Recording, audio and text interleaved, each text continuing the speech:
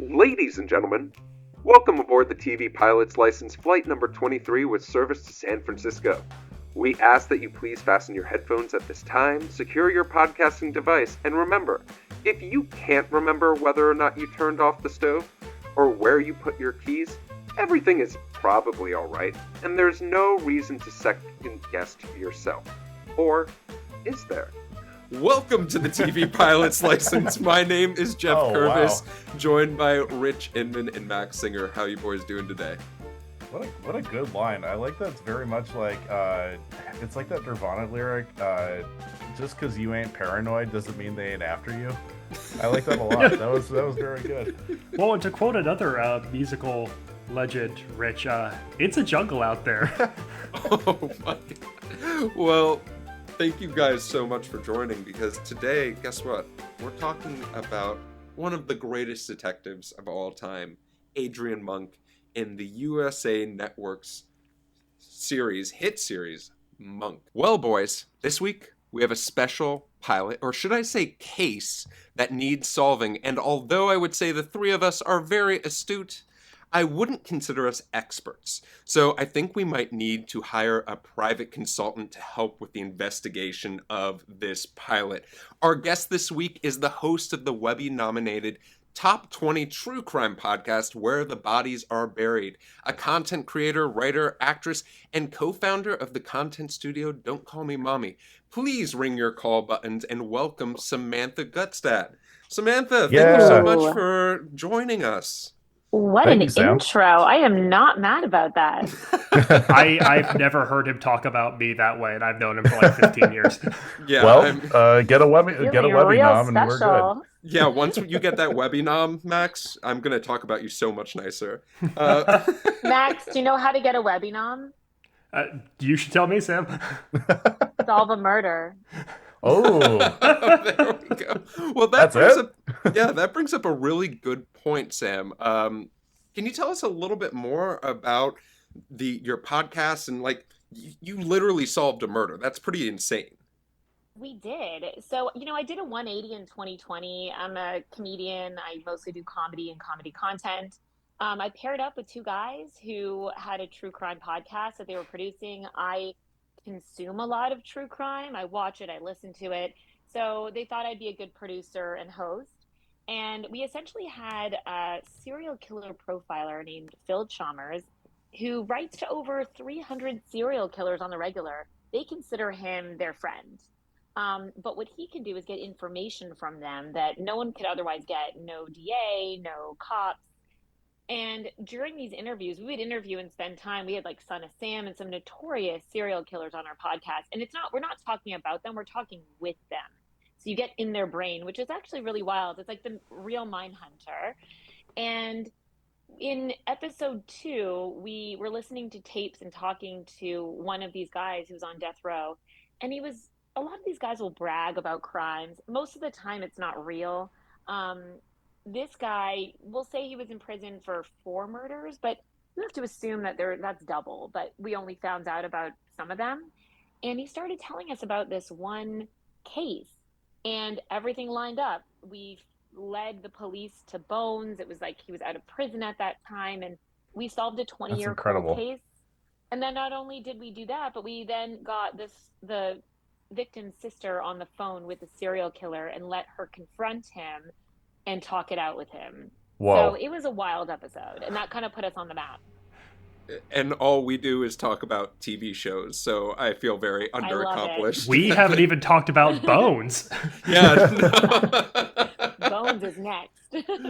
Well, for those who are listening to our podcast for the first time, or maybe just here to listen to Sam, Max, do you mind giving a little bit of a preview of what our podcast is all about? So here at TV Pilot's License, we break down and analyze the pilot episodes of some of television's most famous, or in some cases infamous, pilots made. We figure out how these shows are greenlit and came to be, if they're effective in making us want to watch more, and if we think if they could be made today.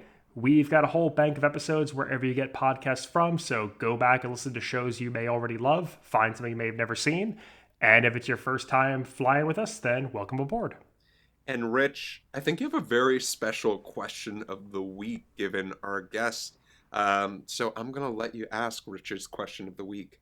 You bet. Sam, you've already solved a murder, so we are going to give you something that is maybe just as hard. I want to hear from your expertise. Where does Monk rank in an actual detective standpoint? How do you think he would fare in the real world? I actually think Monk would make an amazing detective, and here's why. He has OCD. I think Hmm. detectives have to be extremely in tune to everything that's going on around them.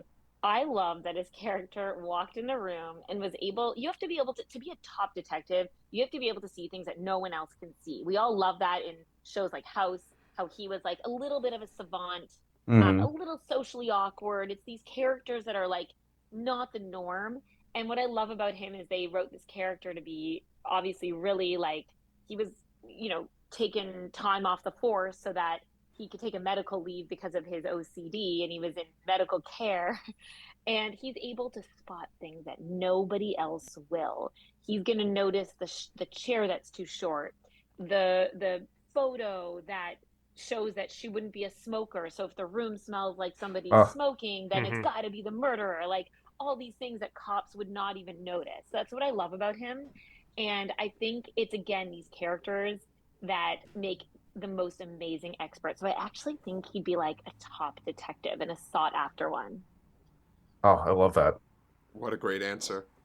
but Um, difficult to work with. I mean, let's just call it what it is. Difficult to work with.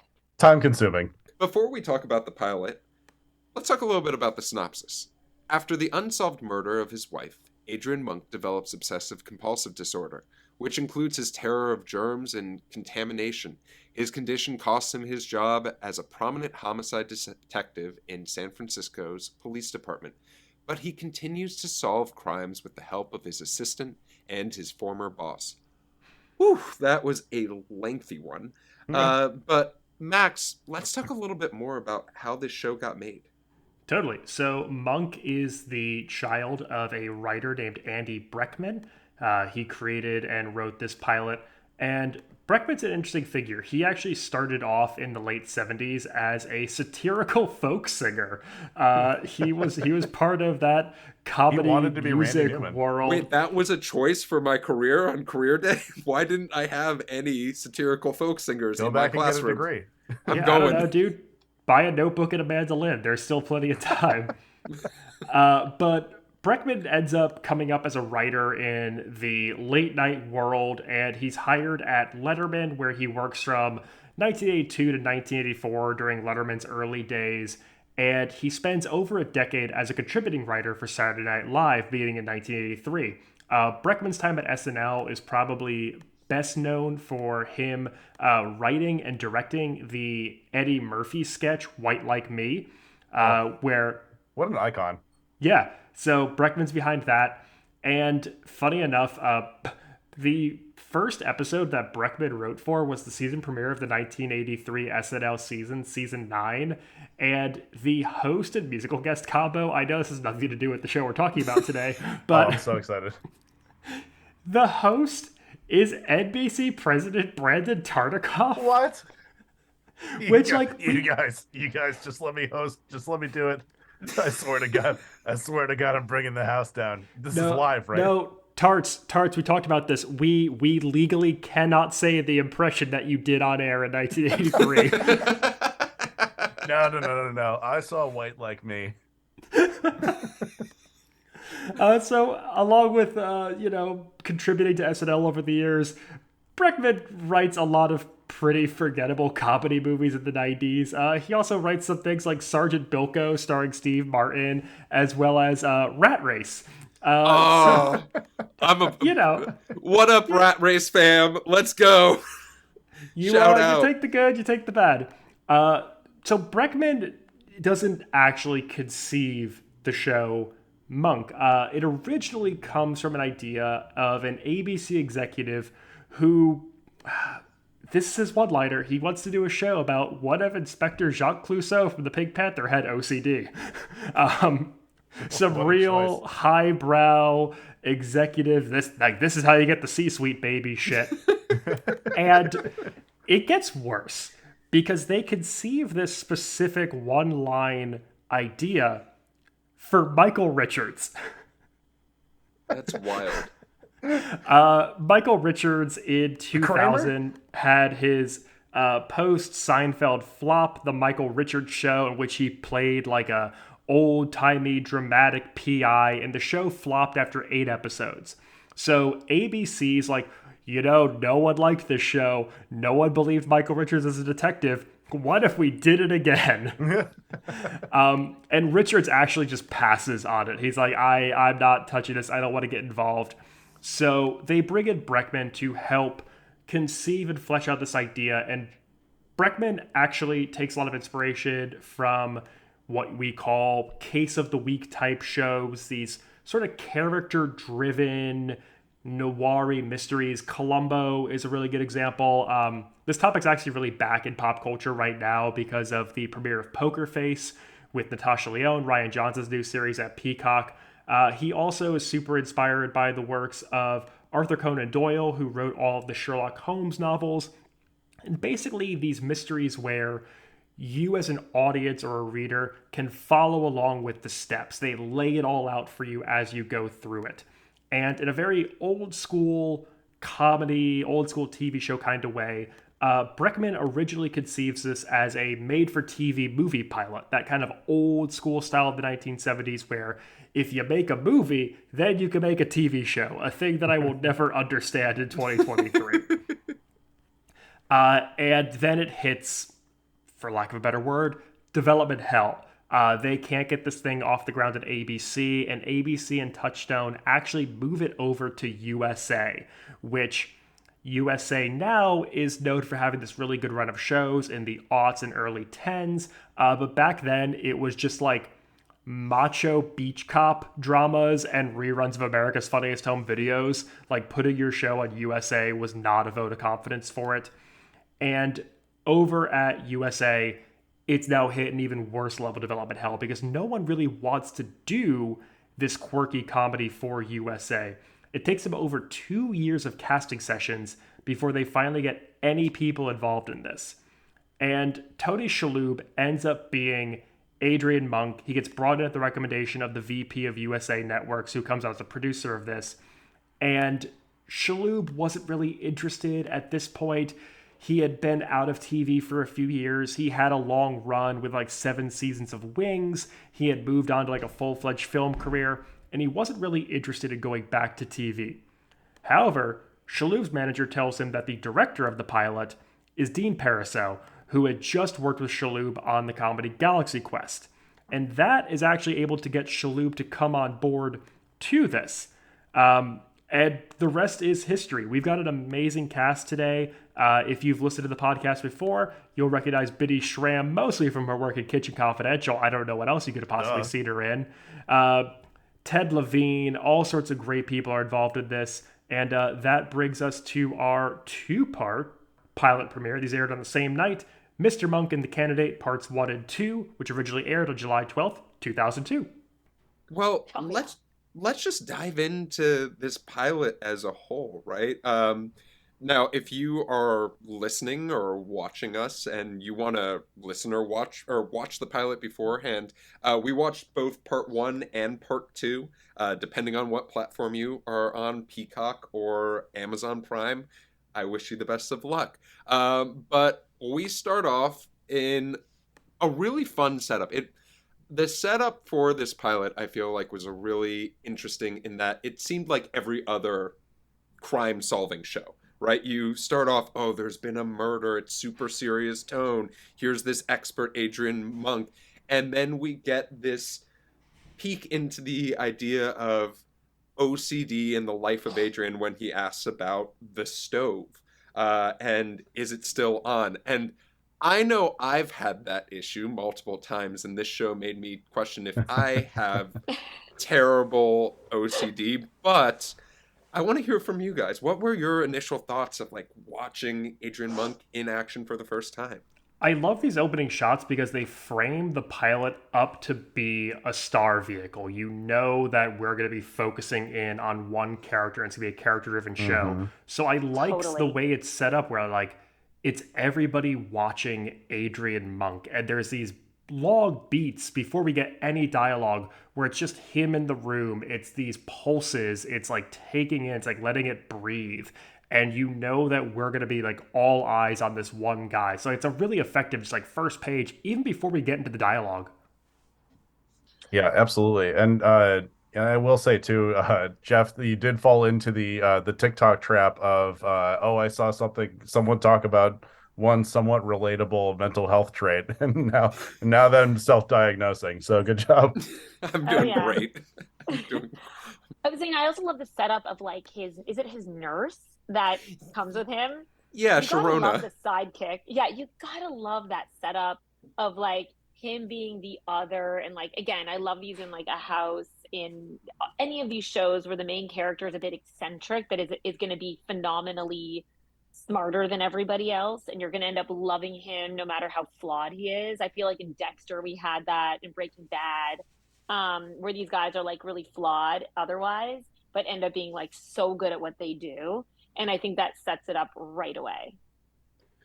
Yeah, it's definitely very Sherlock Holmes esque of like you have Sharona as the Watson, Yes. while we have this insane, um, I always think about the Benedict Cumberbatch Sherlock, where it was very much not like a superhero, but like this flawed man who has this one thing he's really, really good at. And it's fun to see the twist in this instance be I don't want to say fun as an OCD is fun, but the twist is he is has this disability that he is dealing with while still being one of the best in California, at least, or the Santa Clara, San Francisco area as a whole. Um, but then we get, I see in our notes, we get the theme song that at least I'm super familiar with. What did everyone think of having Randy Newman at the top of their show? Everything should have it. Yeah, it's hard to do any better than Randy Newman, and you had to have known. I mean, they had to have known like really early on how well this show was going to do and how like quickly it was going to go into syndication by shelling out for a Randy Newman theme. Like, I can't imagine he is cheap. He is a folk music hero, and I mean, this is just one of my favorite songs of his, regardless. And I will just say for the folks at home, so if you're watching Monk along with us, every single syndicated and later DVD streaming version uses Randy Newman, It's a Jungle Out There, for its theme. However, this is actually not the original pilot or Yeah. season one theme song. It was originally composed by the show's music director, Jeff Beal, and it's a jazz guitar composition played by a gentleman named Grant Geisman. However, starting with season two, they switched over to the Randy Newman tune, and it's become so synonymous with Monk that just from here on out, that's all you'll hear. So maybe Grant Geisman had a fun little jazz ditty. We'll never know. I don't know. So, actually, fun fact, if you watched it on Amazon Prime like I did, you got the jazz guitar Oh, instead you got the of composition? I Oh, got cool. I the jazz did. guitar, and I will I say, watched it on Prime. yeah, I was very disappointed not to hear Randy Newman's voice singing, screaming at me for 30 seconds at a time. Peacock Hive stand up. But through this, I think one of the big themes of Monk that I find super interesting and like might have been an oddity in 2002 when it premiered was like the concept of therapy. Here in 2023, I think we're a lot more used to the idea of like seeing a therapist, even if you aren't medically or prescribed one, to help with mental health. But it was such an interesting session of him and Dr. Kroger, like going through the motions, and like maybe I need a new therapist because I was like, oh, Dr. Kroger is getting to the issues right now. Yeah, Tony Soprano and Adrian Monk really doing more for men's mental health than like any of our actual families for decades and decades. It was a great, I thought that was also a great early scene because he felt compelled to move the pillow, and I loved that the Yeah. therapist was like, do you want to move I see you looking at the pillow. Do you want to move the pillow? And it just was such an amazing first connection between them. And again, yeah, and like you guys said, I mean, obviously therapists are like a dime a dozen now in TV shows. There was like TV shows That's about true. therapists, but I think back then it was definitely something we didn't see a lot of. Yeah, especially men going in Oh to see a God, mental no. health professional. Like that was very much not a thing. And you mentioned Yeah. Sharona as sort of a like a Watson role, but I would argue like the therapist is too. I feel like Monk is a Holmes with many Watsons in his corner. He has like a lot of people who are his various like consciences and helping him like work his way through cases in life. So it's interesting to see just how he utilizes this network of people around him who clearly care about him so much. Yeah, absolutely. Rich, any thoughts about the therapy scene? Yeah, I mean, I think it's set up. It set up such a good exposition of like, okay, it explains how long he's been doing this therapy, this like necessary therapy for, but also like, I mean, there's no way that wasn't a test, right? That was absolutely a test. You know, you have someone who like That needs is to such a overcome his solid OCD. question because, like, I It thought had to have about it been a for a test. second, like, oh, is Dr. Kroger really trying to, like, see if Adrian's set for being back on the force? Like, that's such a fun thought, like, of Yeah, will they, I won't think. they? I mean, it really puts that doubt in your mind of like, okay, is this person actually ready to be in the field detective? Because probably not. And the fact that he has to keep testing him like this after 4 years, even though you're seeing him in action, I mean, uh, this therapist stays in the picture for this show for quite a while.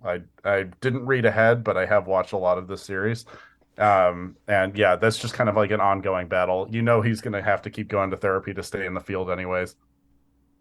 But after this therapy session, we get to go to what is the crime of the day? What's the crime of the episode?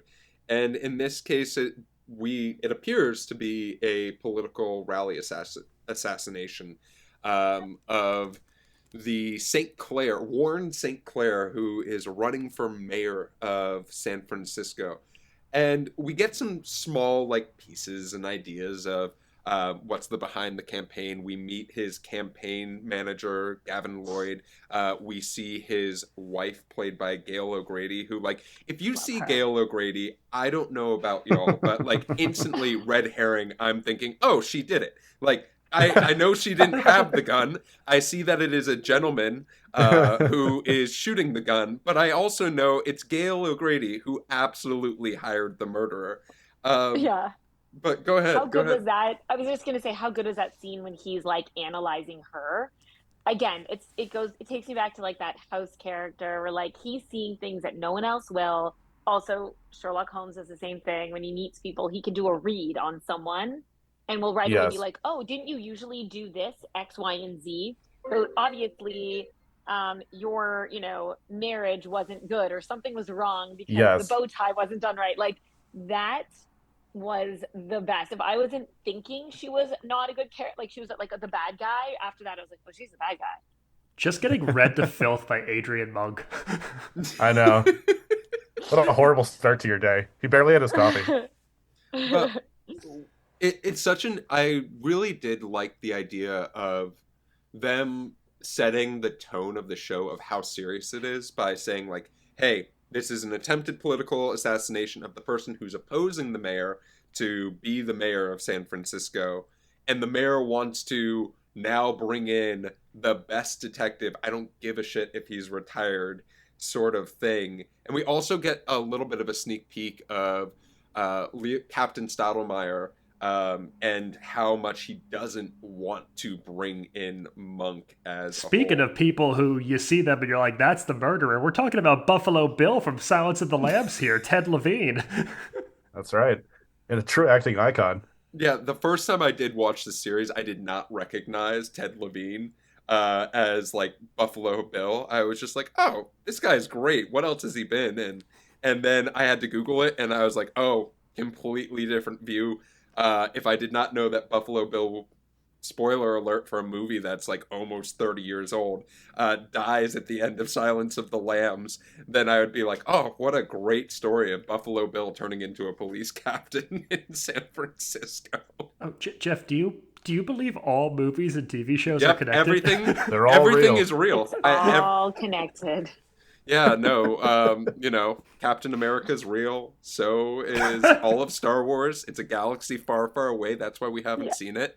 But it's all good. But we get an understanding of the seriousness of this case, and then we get to see Monk in action versus like the actual police force. And this was so cool. At least I thought it was really interesting to see, like, you see Leland Stottlemyre trying to survey the scene just as well as Monk is, and just the deficit and, like, the difference between the two of them is wild. And those things that you were able to see, like, anything that you guys grabbed from this as a whole? If we're just talking about, like, the whole investigation, when Monk is first being debriefed in the mayor's office about the assassination attempt, and he can't help but try and color coordinate all of the voter demographic pins on the corkboard before just spinning the entire thing. I laughed so hard. I laughed so hard at this scene. Didn't he say, like, this took me years to put these all together? And she's like, Yeah. Yeah, which is Yeah, like it's years of voter data. years. Like, that was the part they were like, I think he said, oh, it's been years to put this together. Yeah. And it's like, how many years have you been working on this campaign for mayor? Usually, like, I don't know. I'm not a political manager, but I assume it's like maybe a year to get someone to. Yeah, you just sign up to run for mayor, right? Yeah, no, you. Yeah. I think Everyone you gets a turn. Yeah, no, I can't wait for your turn, Rich. Yeah, I'm there's really excited towns for where it. dogs Me are the too. mayor. It can't be that I'm gonna hard. make some real changes in LA. Oh no. But we do get that sort of scene of like the idea of especially with Miranda St. Clair, like the disgust that they're bringing in an actual detective, like helping to feed the idea that she is probably the person that did it. Like, the audience wants to think that she did it based off of her disgust for Adrian Monk and how Well, she he calls is. him Rain Man. Yeah, which was also Yeah. just a wild quote to put out there in the entirety of the episode. But like, going from there and after surveying the crime scene, like, it was interesting how that first cold open is brought into light as like, hey, this was important. This wasn't just some throwaway scene. It turns out, at least in Monk's eyes, these two murders, while wildly different, probably are connected in some shape or form. I remembered him saying something interesting where he's like more focused that he had to solve that first murder. And she's like, no, you've been pulled into this. And it made me think that maybe they're somehow co-connected. Like, he was so focused on that first one and wasn't even, she's like, no, this is like a big case. Like, you're being pulled into this. Come on, focus.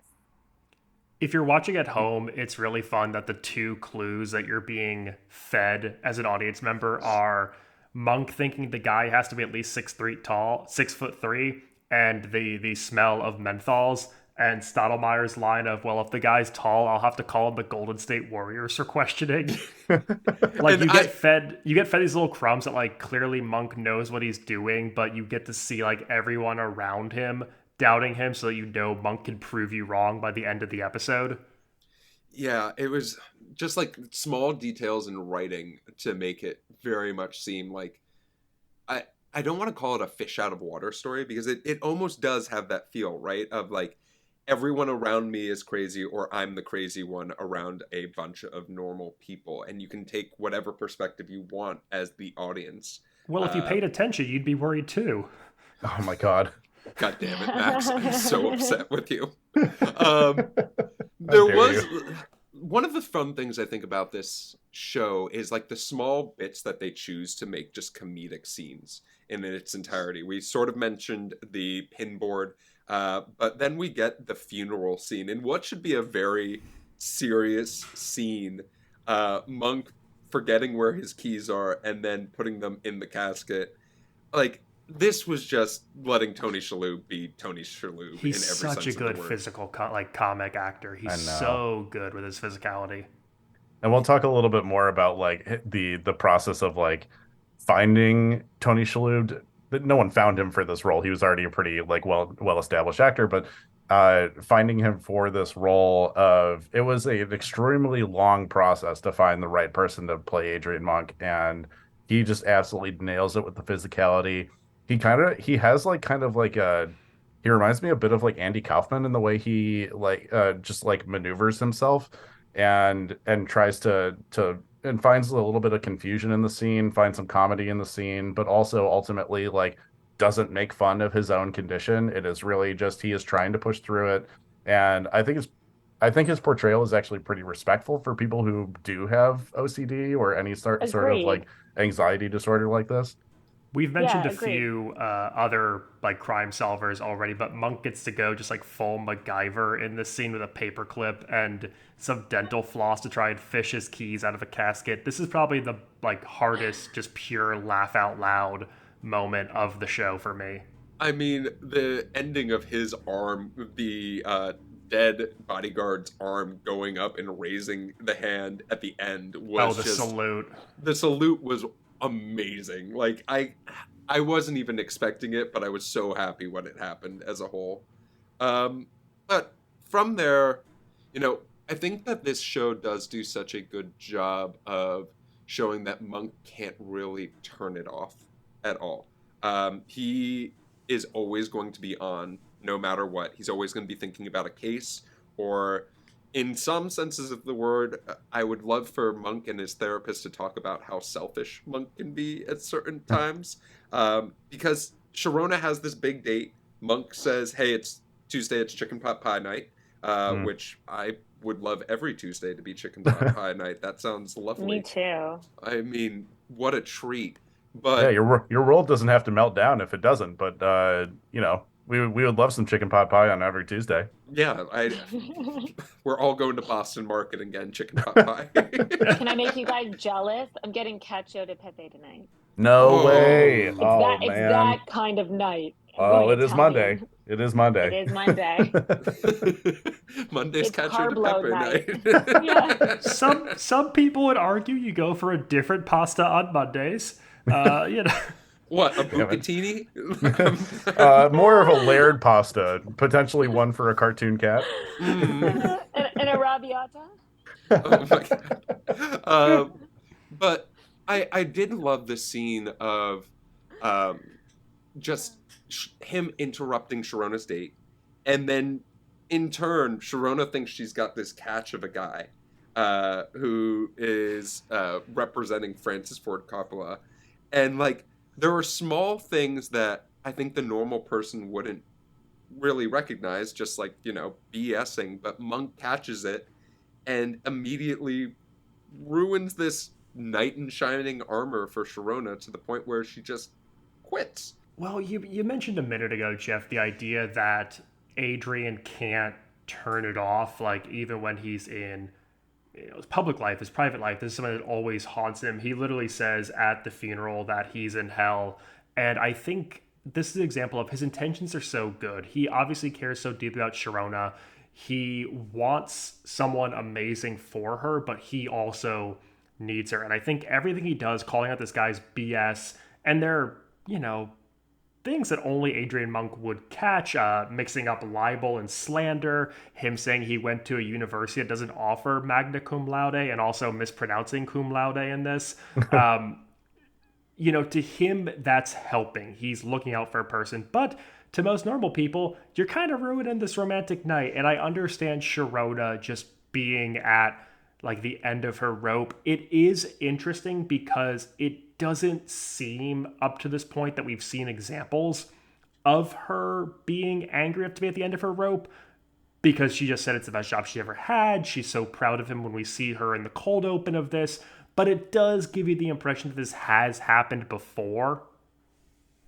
Yeah, absolutely. I will give credit where credit is due. I watched this pilot with my wife, Alex, and she called out the libel versus slander thing before Adrian Monk did. Hey. So I might be living with a future private consultant. Yeah, someone paid attention at L201. Good for her. Yeah, congratulations. And for those who don't know what L201 is, thanks Don't for tell 'em. listening to the podcast. We appreciate you. But from there, Monk goes home, feeling dejected. He doesn't have his partner anymore.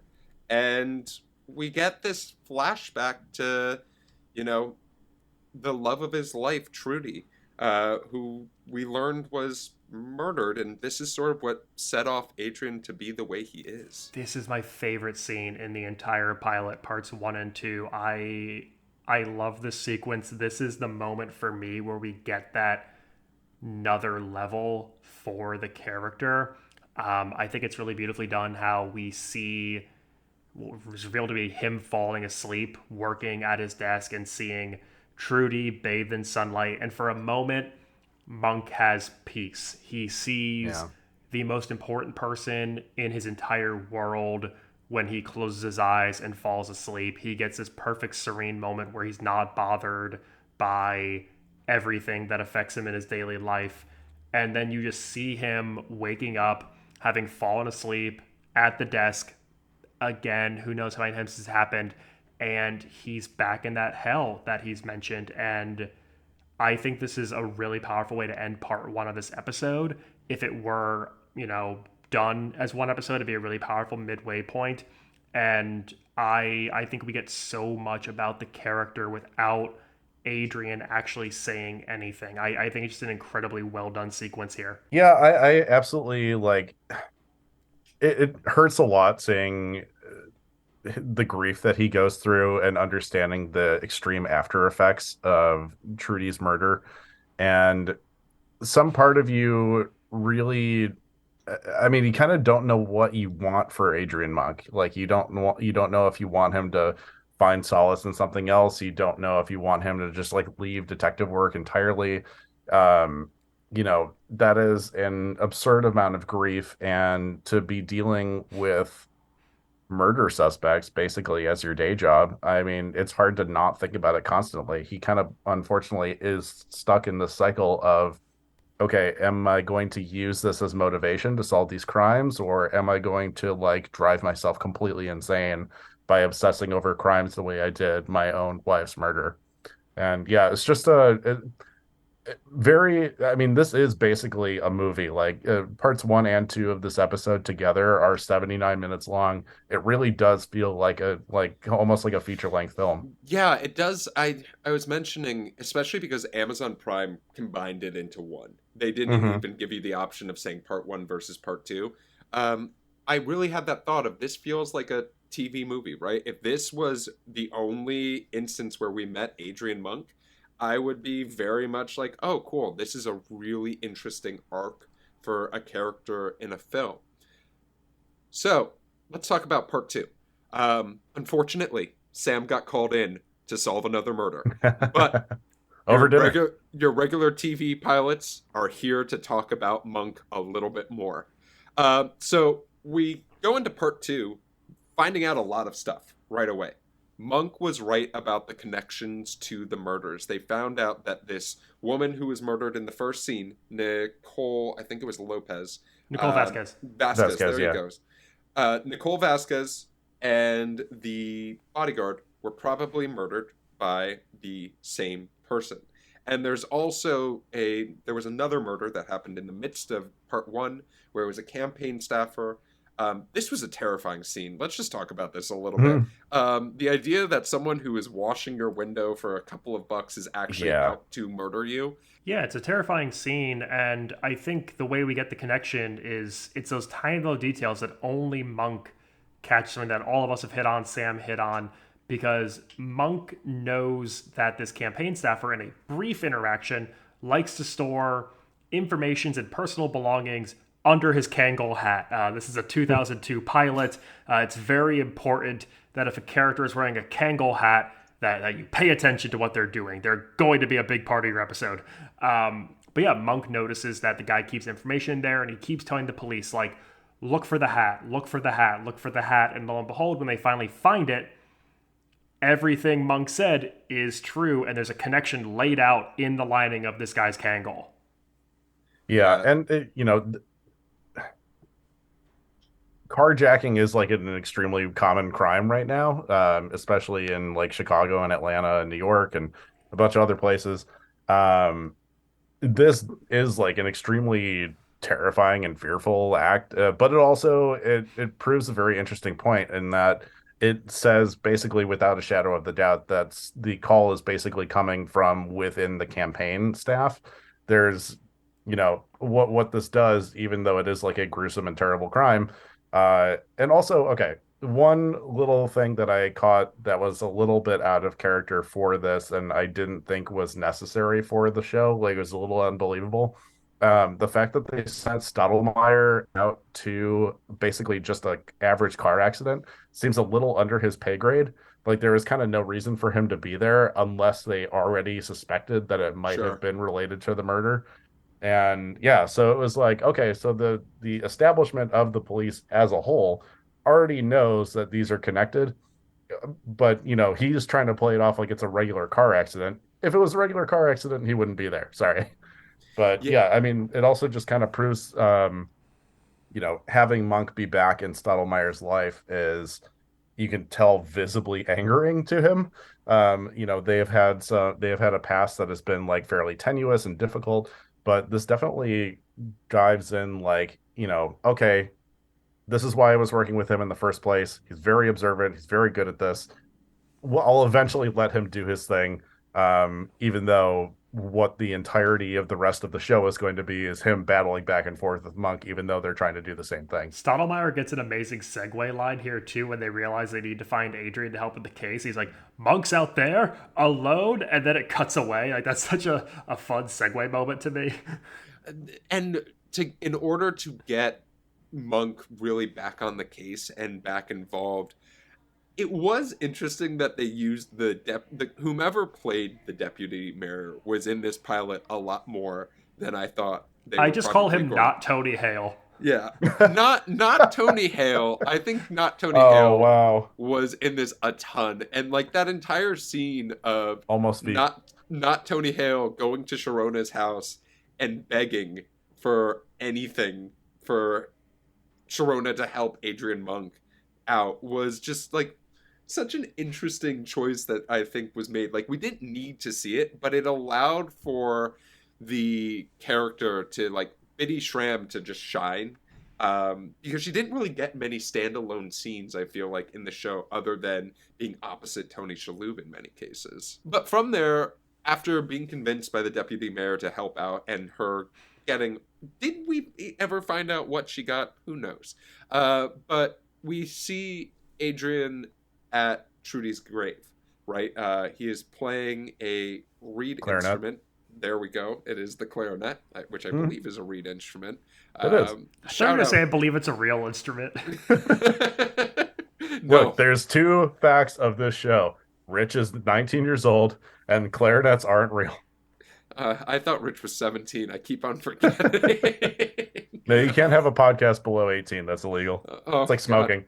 But with the sign of Sharona back on the case and their agreement to work together again, we start getting back to the investigation as a whole through a series of really fun one-on-one interviews, where Monk confronts Gavin about Nicole. He confronts Jake about the affair that Monk at least believes he's having with Mrs. St. Clair. And like both of these scenes just do such a good job of showing like the different sides of how great of an investigator Monk truly is and how great of a questioner he is, as well, of like when to pull the strings of he knows the truth versus what the San Francisco police don't really know as a whole. Yeah. It really scratches that itch that Sherlock gives you too, of like the supernatural crime solver thing. It's just like, oh, he's extra smart and observant, so I'm gonna find out. You're just like, okay, how did he read this scene? And that just comes into play so much. And I don't know. it's such an endearing trait for both him and Sherlock, and I'm sure there's a ton of other examples of this. I just don't know them. But yeah, what were you gonna say, Max? You also get a nice moment here where, as an audience member, you're starting to see multiple motives coming into light, where you're realizing that any of these fake Gavin Newsoms working in early 2000s San Francisco politics could have a reason for carrying out murder. And it's exciting to see that this entire world has like a dark cloud over it, which the real world of politics would never. Well, this was 2002, right? So no one could ever have ill intent in politics. I say that entirely joking, knowing that the 90s were a complete dumpster fire. But after confronting the two of them, the police think that they have a lead based off of Monk's um, details. Right, we're looking for someone who's 6'3" or taller, who has purchased a very specific, I think it was a scope, for a rifle, and we get to meet at least our first murder suspect, who rolls up, or is rolled out in a wheelchair. And this was just, oh God. Yeah, he just had that wheelchair, huh? Yeah, I feel the cringe I felt like with the idea that this guy had a wheelchair knowing someone was going to find him, but also like with the lines of "I used to be 6'5", like that just was like, oh, that was rough as a whole, and I felt the shame that Monk probably felt firsthand while watching this pilot. I'm glad they give you that moment though, where there's that moment of doubt where you think that Monk could be wrong, that there could be a mistake made here, because obviously it gives you the redemption at the end, but the realization that Monk comes to from, literally looking down at Leland Stoudemire's shoes is it's a genius spark here. And again, it's those things that only Adrian Monk would notice, that a man who spends his days entirely bound to a wheelchair would not have those same scuffs and creases and wear in his shoes that, Captain Stoudemire did. Yeah, it was and then we get a really fun chase scene, right?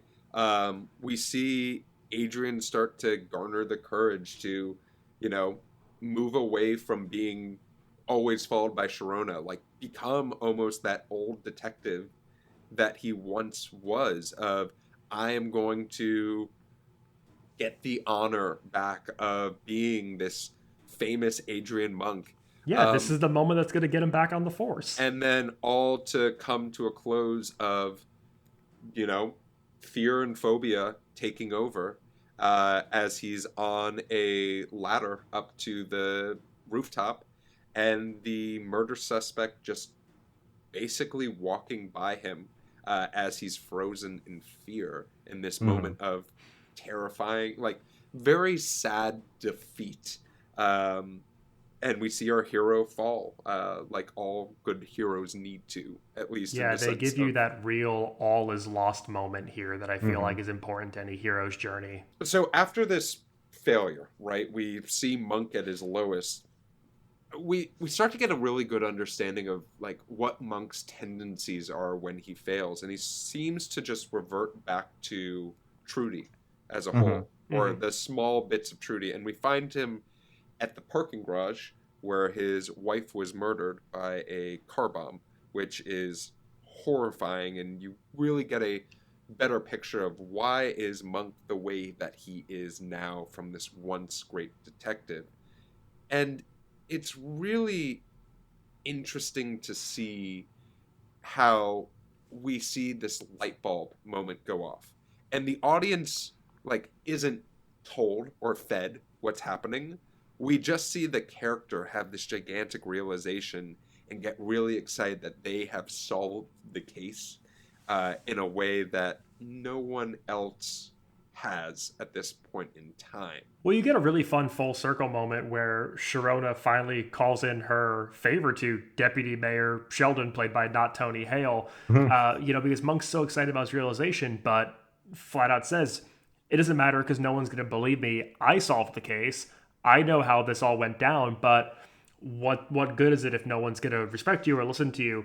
And Sharona, for everything that went down in part one of this pilot, believes in Adrian so much that she calls in this massive favor to set up what ends up beginning our climactic finale.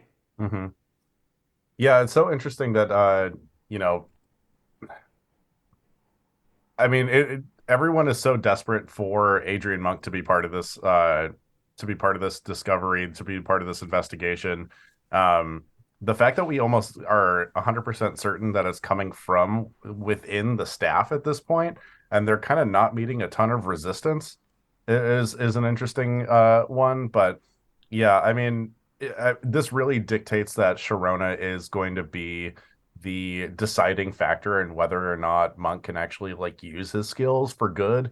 And she doesn't stay in the series forever, but that becomes a giant plot point of its own. But I mean, it really right now Sharona up to this point is kind of like okay, go do your thing, do your thing, do your thing. I'm gonna keep pushing you, but this is Rich where is she just shows... trying to turn this thing into Monk cast. He's like, all right, we're gonna break down seasons 4 and 5 next week. This is why we wanted to start it. But let's talk about the favor and what ended up happening. And it was a really fun scene of the reveal of the bad guy, right? We are back in the financial district on I think they were like, hey, the original campaign was midweek financial district during the middle of the day. So we're back in the financial district midweek during the middle of the day.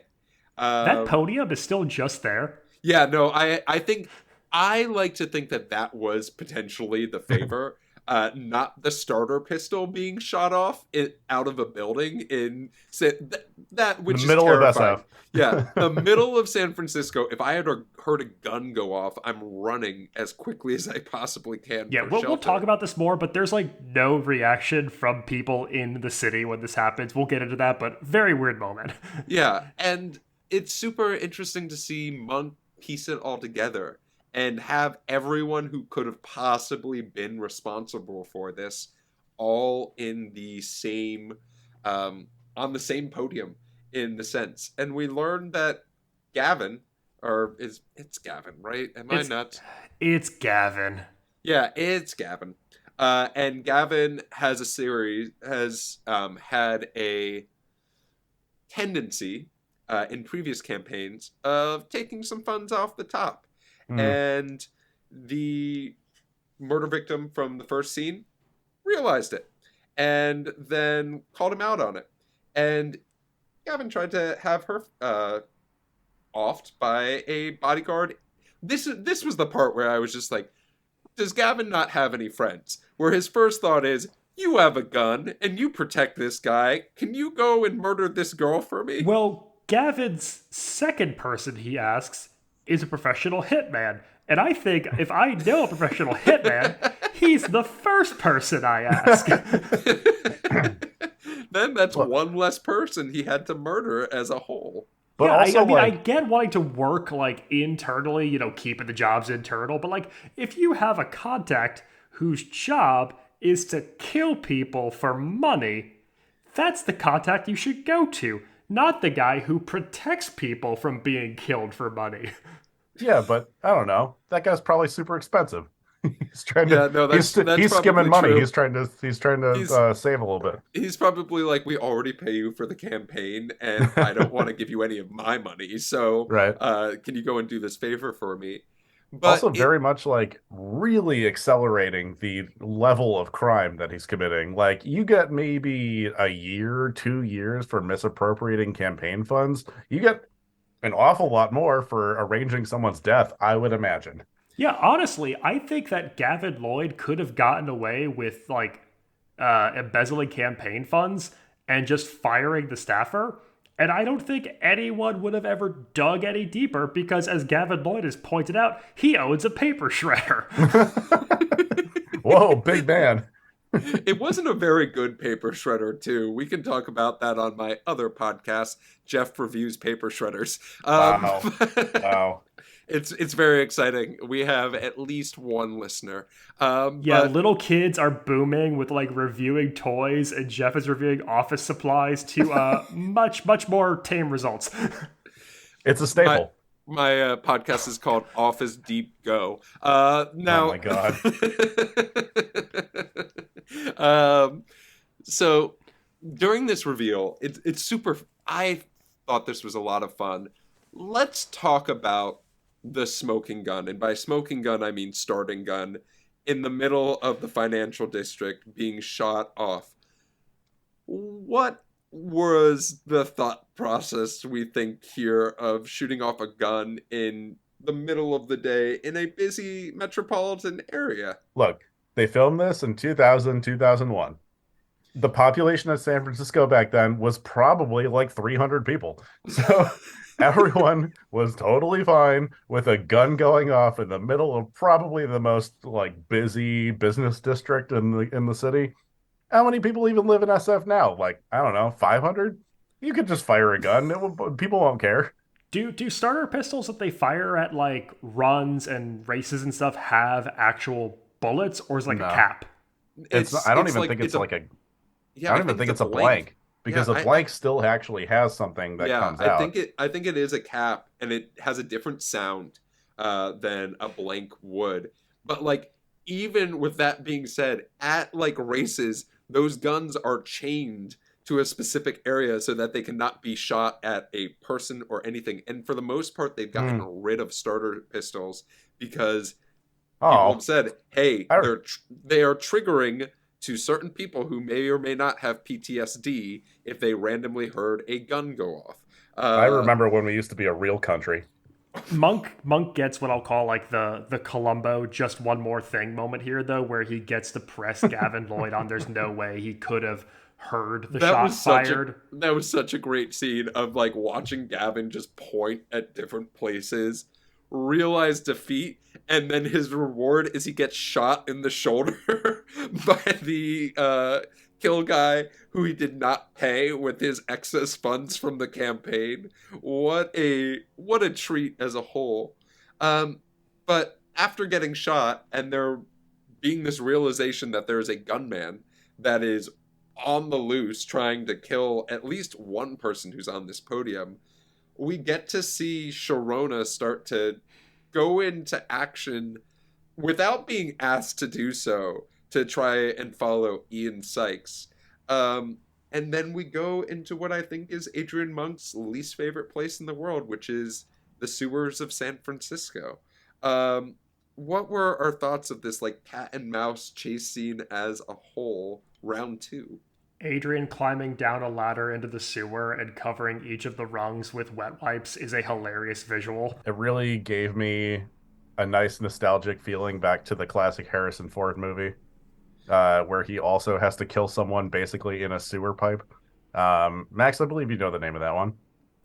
Well, in The Fugitive, he's on the run from Tommy Lee Jones because he didn't kill his wife. And you can catch me on Fugitive Cast, where I only talk about The Fugitive. And you can catch all of us on Tangent Cast.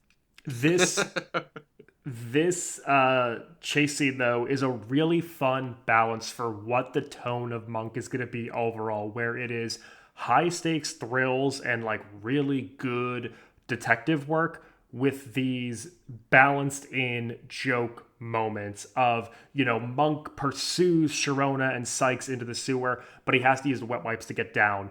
He gets the gun and he makes his way around the corridor, but not before adjusting a danger sign because it has to be straight, and then it comically falling into the sewer water.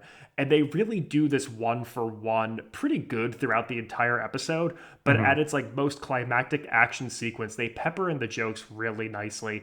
And as a pilot, I think it's super effective for saying like, this is what this show is going to be if you tune in for more. Yeah, it's such a great.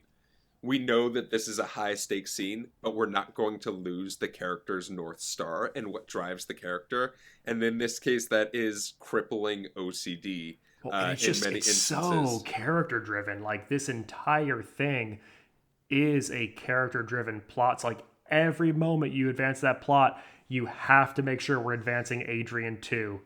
I loved that we reached the ultimate climax of Adrian has to choose whether or not he shoots. And everything goes dark.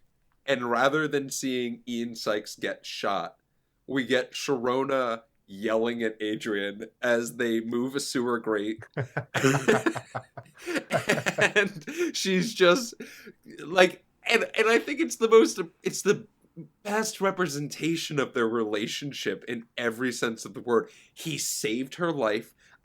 She didn't get grazed by the bullet. She didn't get hit by the bullet at all. She chose to run after this madman, and then Yeah. she is just reaming him for shooting in pitch darkness as a Yeah. whole. And it was just, it might have been my favorite scene in the episode as a whole.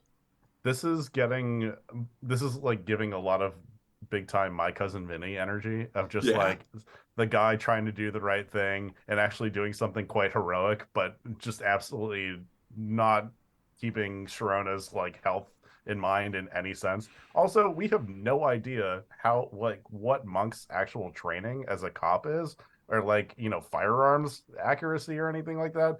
That is not revealed even a little bit.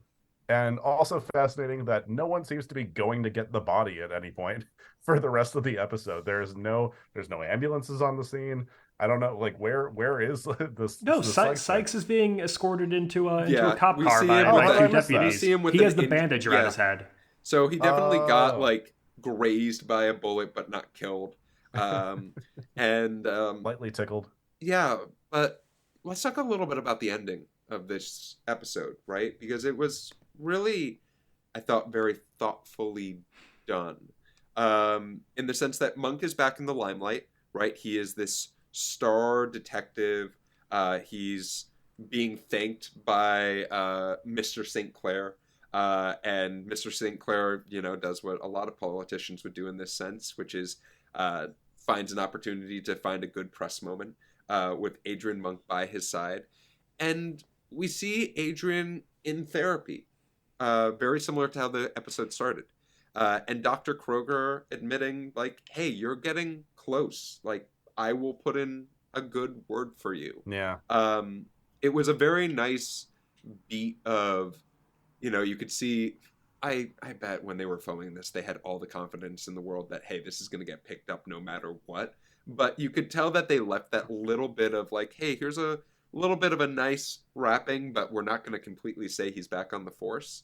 But then we get Monk looking at going into an elevator, and by no means is he fixed. But we get a beautiful shot of the San Francisco Bay Bridge, and Sharona and Monk walk off into the metaphorical sunset as he touches every single one of those stone ledges. So I want to get your opinion here, because I have a thought, because Dr. Kroger basically tells Monk, I'm going to recommend you back for the police. We can change up your therapy regimen. And then he plays it incredibly coy to Sharona. He really downplays that nothing of significance happened in therapy today. It went okay. And he goes off together. To me, I was wondering if this like is significant to like how he needs that codependent relationship with Sharona, because they mentioned that she's appointed to him as a medical professional, that she's basically like a care nurse of sorts.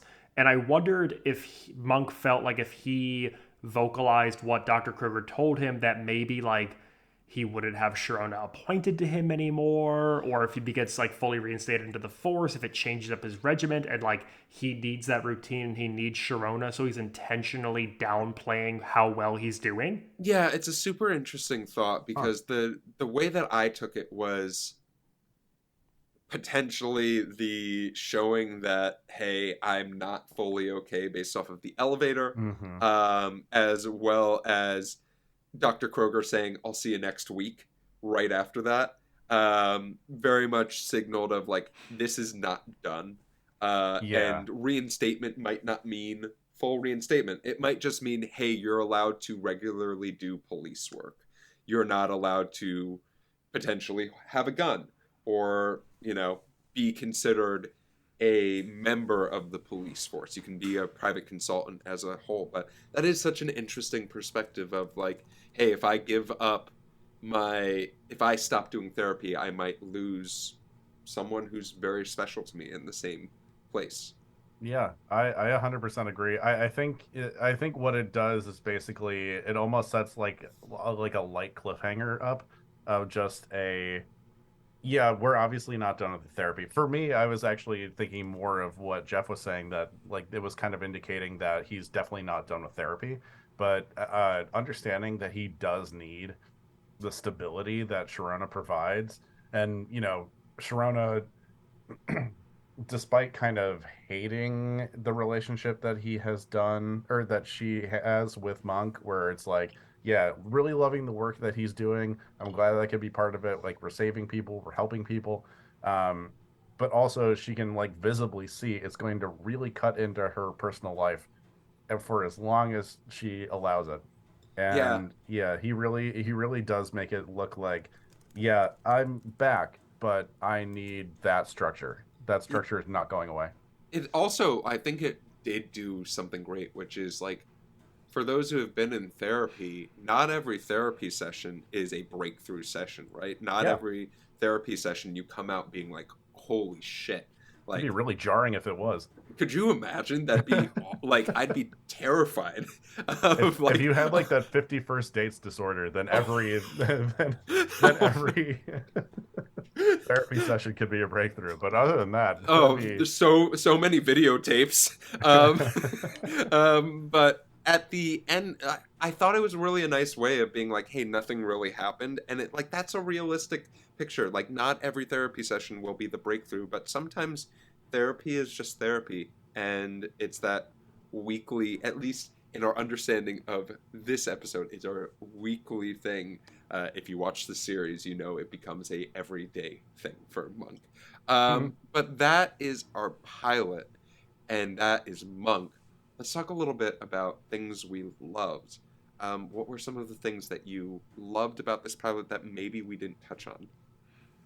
I just love how, and I keep saying it's like it's just so character driven. Sometimes pilots could feel really piloty. They're trying to introduce you to a ton of given circumstances. They're trying to set up the entire world or do all the interconnections. And here it's just we are all in on Adrian Monk. This pilot lives and dies by this character and how much you want to root for them. And I think that Tony Shalhoub knocks it out of the park. It also has maybe my favorite ending line to a cold open where one of the SFPD officers in the first apartment just goes, "So that's the famous Adrian Monk," and then we cut like out of the cold open.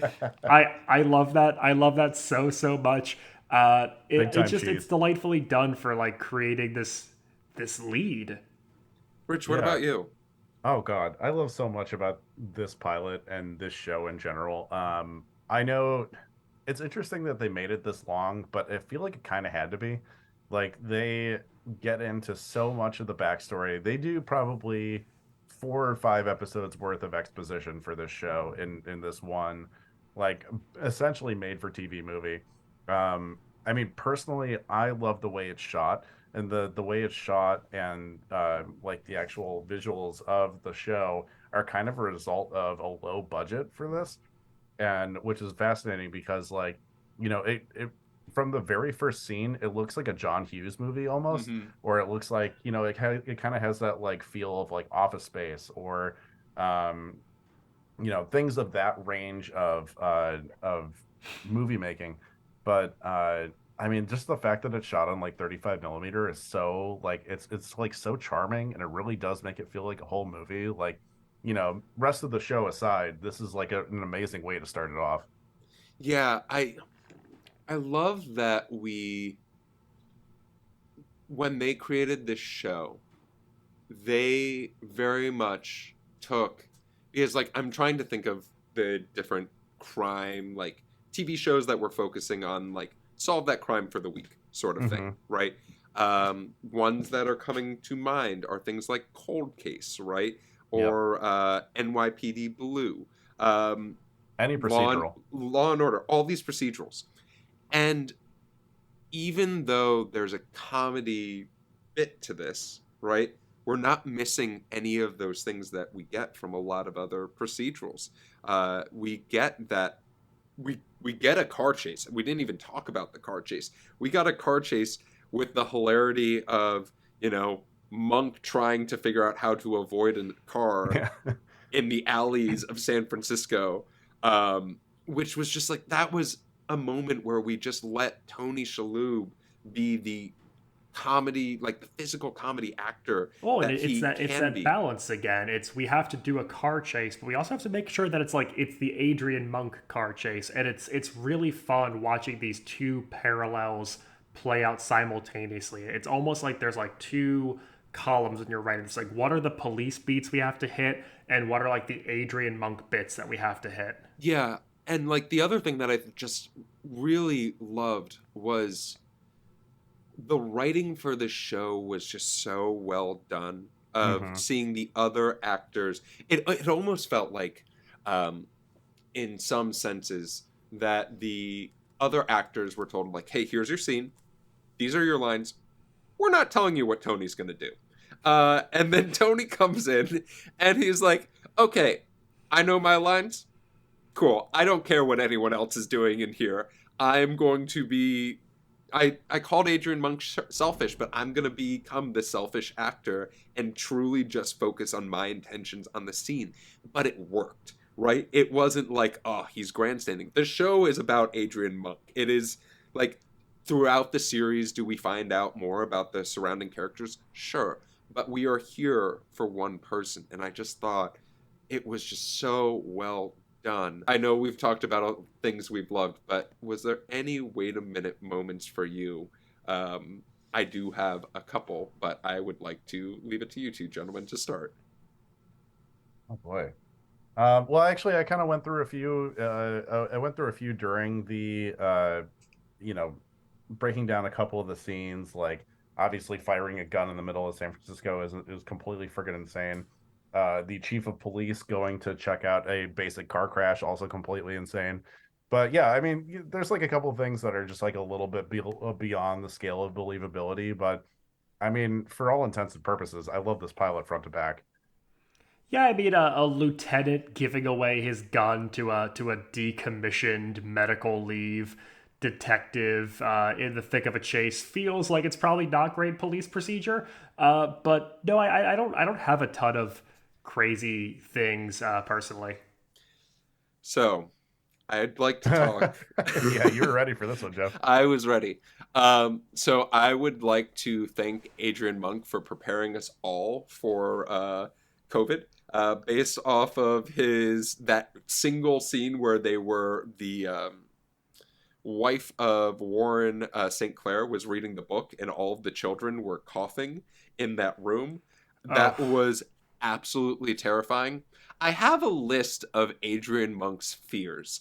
Fear of germs, fear of needles, fear of dentists, fear of milk. We can talk about that because I think Adrian Monk may be Ashkenazi, like some of us on this podcast. And hey, I have a fear of lactose as well. Fear of death, fear of snakes, fear of lightning, fear of mushrooms, fear of heights, fear of crowds, fear of elevators. Hey, he's working on the milk. He's working on the milk. One of those fears was fear of germs. And we get two scenes in which Adrian Monk is just very meticulously touching and counting things that have obviously been touched by a lot of people.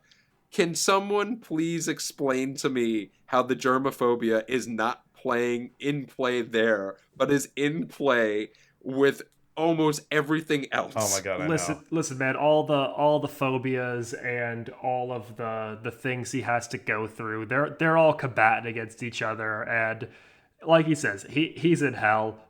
This isn't a good situation for him. Also, though, because you mentioned preparing for COVID, did anybody see the Peacock short they made for Monk during COVID? They made they did a Peacock variety show, and they did a little 5-minute thing called Mr. Monk Shelters in Place, where they got the main cast to appear on a Zoom call together.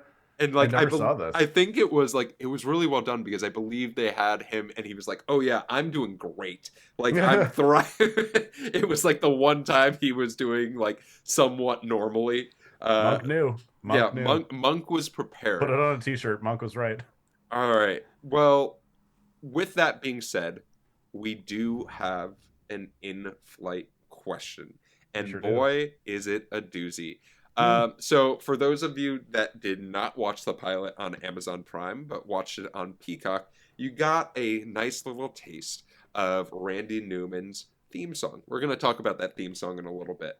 But our question is, what's the least appropriate show that could have a Randy Newman theme song associated with it? Oh, I'm so excited for this. This is one of our favorite questions that we've ever gotten. Can I go first because I have one ready to go? Oh yeah, go for Yeah, it. go for it. Okay. I want to see the Randy Newman theme song for Squid Game. Please, please. People fouling everywhere. Wait for that latitude greed. That's amazing. I think the worst possible Randy Newman theme song show on air right now has to be The Handmaid's Tale. No. So I'm gonna say one that I think is really gonna upset Max, and then I'm gonna say one that I think would be fantastic. So, Max, I know you love The Sopranos, but I want Randy Newman going over The Sopranos more than anything in the world. Woke up this morning. Okay, but the thing is, Randy Newman and the lead singer of Alabama 3, aren't that different vocally. It would not be that much of a departure. And then, just for the, rich, the Gen Z like you, I think Thank you for acknowledging my Euphoria, generation. Euphoria needs Randy Newman Wow. singing. Wow. Because I That's think that so would, good. they grew up with Toy Story being a mainstay and in their memories.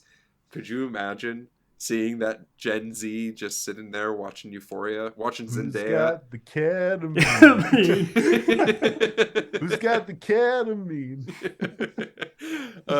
But thank you so much for that question. If you have any questions for us, we'll talk a little bit more about how to submit those later in the show. So let's talk a little bit about the legacy of the show, because I think it is just fascinating. So to date, episode 23 of the TV Pilot's License is about the pilot that is the longest, technically, because this one was 79 minutes long.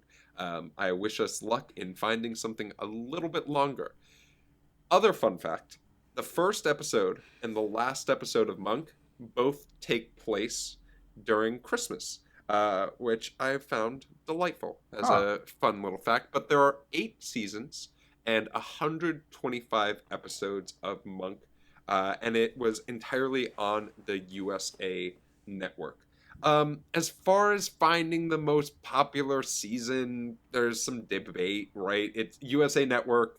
We're talking about cable television. We're not seeing nearly as high numbers, but season 3 and 4 both had some really great numbers associated with them. Coin flip, if you're a big Monk fan, let me know which one you thought was the better season as far as a ratings perspective. But this show did reach syndication, and there was also a Turkish version of the show that was made as well. I want to watch it. There was supposed to be a TV movie, but that got rejected due to budgetary concerns, which is hysterical because, let's just say, the TV movie of Monk is the pilot episode of Monk. Big time. So let's talk about something else that was made that has to do with Monk, and that is the book series. There are 19 different novels about Adrian Monk that were made by Lee Goldberg, who was a series regular writer on the show. And they're all about different cases that were never shown on the show, but all very well selling because he made 19 of them. You don't just run into accidentally making 19 different books. Can we do a book club, please? Yeah. Please? It's just a TV book club. Book club, baby. So let's end with just how wild this show did from a awards perspective. This show was nominated for 40 different awards. It won 14 of them. 3 of those wins were Tony Shalhoub winning Emmys for Best Lead Actor in a Comedy Series. Utter domination by Tony Shalhoub. Two of the Emmys, or actually, excuse me, one of them was also a Golden Globe win for Best Leading Actor in a Comedy Series. He won 2 SAG Awards also. So if you're doing math at home, that's 6 of 14. There were also 2 different awards for main title theme music. In back-to-back years, Jeff Beal won for season 1, and then Randy Newman won for season 2. Can you imagine how pissed off Jeff Beals is that he wrote an award-winning song and then USA Network was like, "We got Randy, change the song." And also, like, because Randy Newman's all the syndication stuff, so all the stuff that showed after is Randy Newman. Yeah, exactly. Residuals. So he gets no residuals other than maybe the Amazon Prime stuff. It's also just insane to be talking about Tony Shalhoub's wins with Primetime Emmys, Golden Globes, SAG. Like, I know we're like, this is still like very much HBO domination before like the big peak TV and before AMC really got into the picture. But it's wild to think of a USA show having this kind of chokehold over like a major category like Best Actor in a Comedy Series like nowadays. Yeah, and then go ahead. Do you think it was actually kind of inspiring to up and coming networks like AMC to really take that chance and push the limit of like, okay, we're going to develop some like really big time shows now? 100%, because if you see, you know, ABC and Touchdown passing off something to USA and then it becoming like this powerhouse and an awards contender, you're probably thinking, well, like I could do the same thing in-house with the right script and the right team around it. So I think Monk might be the most important show we've done, guys. All right, so do you guys want to hear... I've been telling you since day one. Want to hear something a little bit crazy about Monk and its wins? So Monk, I talked about 6 of the awards that happened for Monk. There are only 4 people that are responsible, or 5 people that are responsible for award wins that have to do with the show Monk. We got Tony Shalhoub. We got Jeff Beal. Randy Newman won 3 awards because of this show. He not only won for Best Main Title, he won for Outstanding Original Music and Lyrics for the finale of the show when he wrote When I'm Gone, which is actually a really great song if you have never heard it. Randy Newman also won a 3rd award from the ASCAP for Top TV Series. So, yeah, you know, sure, that's how it's pronounced. I want to see a situation where Monk wins a Kids' Choice Award and they have to slime Adrian Monk. Like, not even Tony Shalhoub. I want to see Adrian Monk get slimed. Trailer Howard, who was on the show later as Monk's second nurse or assistant, won for a Gracie Allen Award. But then there were also 2 other Tony Award winners associated with this show. There was one, and that was Stanley Tucci won an award for Outstanding Guest Actor on the show, as well as John Turturro, who plays Adrian Monk's brother in the series. And if you are just trying to find that random episode to watch, anyone that he is on is a delight, and that is all I will say about that. But to say that Tony Shalhoub carried the award wins for this show, along with Randy Newman just coming in from the rear and being like, I'll take a few awards as well, would be a very true statement. But that is it as far as Legacy goes. As we mentioned, there was a COVID special that was 5 minutes that was delightful. And if you are a big Monk head, go and watch it. But let's... Monk fans only on this pod. Yeah, no. If you ain't down with Monk, unsubscribe right now. Can we call Monk fans monkfish? Like, I just want them to be monkfish so badly. Why not monkeys? Yeah. Let's put a cap on that one. So, with that being said about the Legacy, it is time for Rich's Game of the Week. All right. What's a good OCD Monk related song for this? It's probably Can't Touch This. All right. All right, we're playing the classic game Two Truths and a Lie. So I'm going to give you guys three potential facts about the one of the or actually the creator of the show, Andrew Breckman, who we discussed at length at the beginning. And I would like you guys to pinpoint which one is the lie. All right. He upon winning the first Emmy for Monk, Breckman responded by writing an episode where Monk has to solve a murder at the Emmys. Fact number two, Andrew Breckman actually named a murder victim in a later episode after his wife. What a touching tribute. Number three, Andrew Breckman had very noticeable beef with American Pie writer and singer Don McLean. Which of these three is a lie? I'm gonna say that it's the first one, the Emmys plot. I know the Stanley Tucci episode has to do with a method actor like watching Monk, and I feel like that's too similar of a plot point. Oh God. I'm a Monk head. I'm sorry. Okay, so I Among know them. that I could very easily see. So there was I have watched Monk as well, and there is an episode where Willie Nelson is in it, and I could very easily see that third one there being like a joke specifically about American Pie being in it. Um, I'm going to say that this, just for difference of opinion, let's go with that second episode, or that second truth or lie that Rich you said. Well, Jeff, that was very generous of you because Max was absolutely right. He did not. He did not solve a murder at the Emmys. He did. Andrew Ross Beckman indeed named a murder victim in the show after his wife. How sweet. And then he also, as a comedy folk musician, somehow got involved with Don McLean, and they had a full out either fight or just like really hated each other. And what a hilarious person to have beef with. But That's thank you guys for amazing. playing Rich's Game of the Week. Ah, well, thank you, Rich, for that game of the week. Well, we're coming close to landing, and I'd love to hear from you two gentlemen. Would you continue watching this show, and do you think it could be made today? Hell yeah, I bring back definitely will Monk. continue watching. I feel like Monk. I When I flip around late at night, Monk's on like 3 or 4 different channels at any given time. I feel so the odds of me watching it are good. I slammed the next episode button watching on Peacock to watch part two. Like even knowing I had to for this recording, like I was all in on it right away.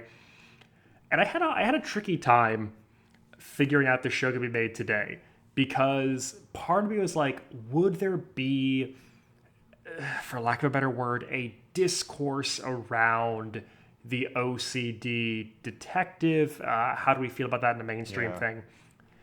And then I thought two things. One, the show is really sensitive with like how he's affected by it and how it stems from his anxiety and his wife's murder. And I think they do a good job of like balancing the humor of it with like the real heart and what he deals with. And secondly, ABC has a new show out right now called Will Trent, which is also a detective show. But in Will Trent, his thing is that he's super keen, observant, and the best detective on the force because he's dyslexic, and that makes him really good at observing things in ways that people wouldn't. So I don't know. Fuck Will Trent, Adrian Monk forever. Let's reboot Monk. Rich, what I about you? I also can't agree more. I also was wondering how modern audiences would take the because I feel like we didn't get a ton of neurodivergence in media period at this particular point at like in 2001. I feel like it's actually still kind of like relatively new. The There's a couple characters on TV in future years. I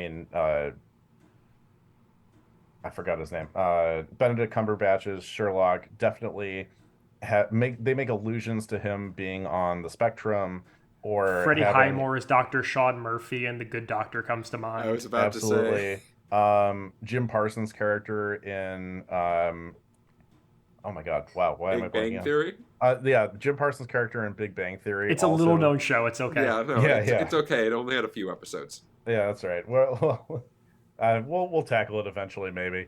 Um, yeah, his character Sheldon also did exhibit some signs of like neurodivergence, or like they did make hints to that in the show and everything. And I think it is necessary for people to have that for society in general to have that explained in a way where it's not like a superhuman thing. In media, I think that's super important. I think they would probably, I think they could absolutely have Adrian Monk's battle with OCD be part of a show that is made right now because they are very gentle with it, because they don't make fun of it too much. Like, the most they show is it like kind of frustrating the people around him.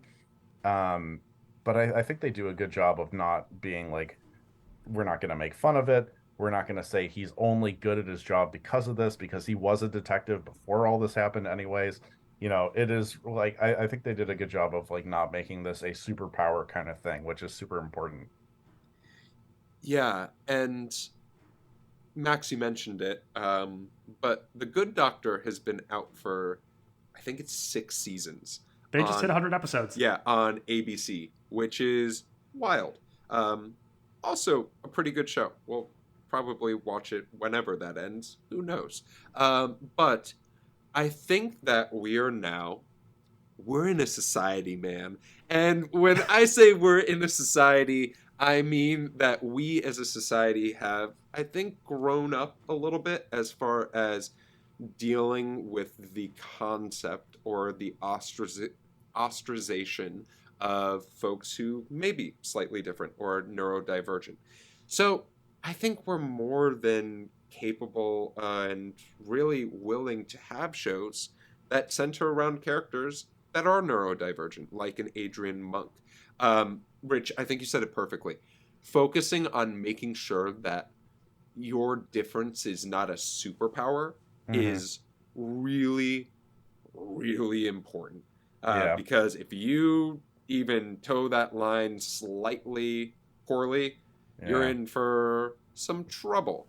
But I will say, if you were ever thinking about redoing this show, God bless you finding someone who could do what the work that Tony Shalhoub did. Oh, dude. Because Yeah.